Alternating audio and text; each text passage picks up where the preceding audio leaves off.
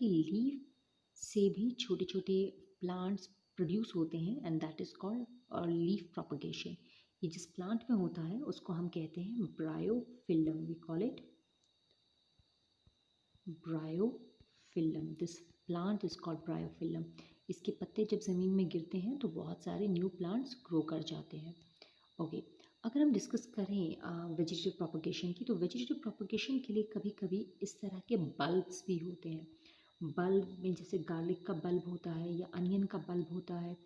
ये बल्ब्स ज़मीन में अगर आप डाल दें onion, green onions and leak, तो इससे नया पौधा ग्रो करता है। बहुत सारे फ्लावर्स भी बल्ब के थ्रू प्रोड्यूस होते हैं। So it is also kind of A vegetative propagation. तो ये आप देख सकते हैं, इसको जिमीकंद कहते हैं, जिमीकंद। ये भी बल्ब है और ज़मीन के अंदर ग्रो करता है। तो इस तरह से भी हमारा वेजिटेटिव प्रोपगेशन होता है। अगर हम देखें यहाँ पर हम देख सकते हैं कि ये अदरक से किस तरह से हमारा प्लांट ग्रो कर रहा है। हमारे ये देखिए अदरक से पूरा प्लांट ग्रो कर रहा है। So this is a kind of a vegetative propagation.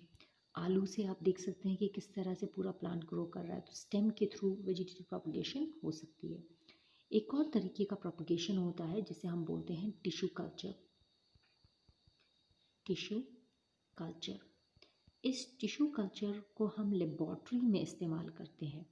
हम देखिए यहाँ से हम किसी भी पेड़ प्लांट के किसी भी हिस्से से कुछ सेल्स ले लेते हैं और इस सेल को हम एक पेट्री डिश में डालते हैं। पेट्री डिश में एक सॉलिड मीडियम होता है जिसमें फूड न्यूट्रिएंट के मीडियम में और कुछ केमिकल हार्मोन जैसे कि ऑक्सिन्स होते हैं। ये इन सेल्स को फूड प्रोवाइड करते हैं। They provide food to these cells, right.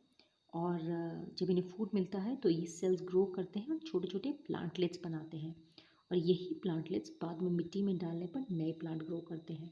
तो this process is called tissue culture, जहाँ पे एक टिश्यू से पूरा का पूरा प्लांट ग्रो किया जाता है। तो आप ये देख सकते हैं यहाँ पर कि किस तरह से इस वाइट कलर के कल्चर मीडियम में, this is called culture medium. ये कल्चर मीडियम सॉलिड होता है, एगर से बनता है। एगर एगर एगर एगर एक तरह का केमिकल होता है जो हम सीवीड से यानी समुद्र में रहने वाले घास फूस से निकालते हैं। इस कल्चर मीडियम में फूड होता है पौधे के लिए, न्यूट्रिएंट्स, और एक बहुत इंपॉर्टेंट हार्मोन होता है जिसको हम कहते हैं ऑक्सिन, जो प्लांट को ग्रो करने में मदद करता है। तो आप यहाँ देख सकते हैं कि किस तरह से एगर एगर में प्लांट्स अलग अलग हाइट में ग्रो कर रहे हैं। So this is called tissue culture. ये देखिए यहाँ पर भी आप टिश्यू कल्चर में हम क्या कर रहे हैं, सबसे पहले हम किसी भी प्लांट से छोटे से सेल्स ले लेते हैं। यहाँ से हमने छोटा सा सेल ले लिया है या टिश्यू ले लिया है, फिर हमने इसको न्यूट्रिएंट मीडियम में ग्रो किया है। तो आप देख सकते हैं हमने सेल को न्यूट्रिएंट मीडियम में डाल दिया है और इसमें दो हार्मोन डाले जाते हैं, ऑक्सिन एंड साइटोकाइनिन। ये देखिए 50-50 की रेशियो में ऑक्सिन एंड साइटोकाइनिन डाला जाता है।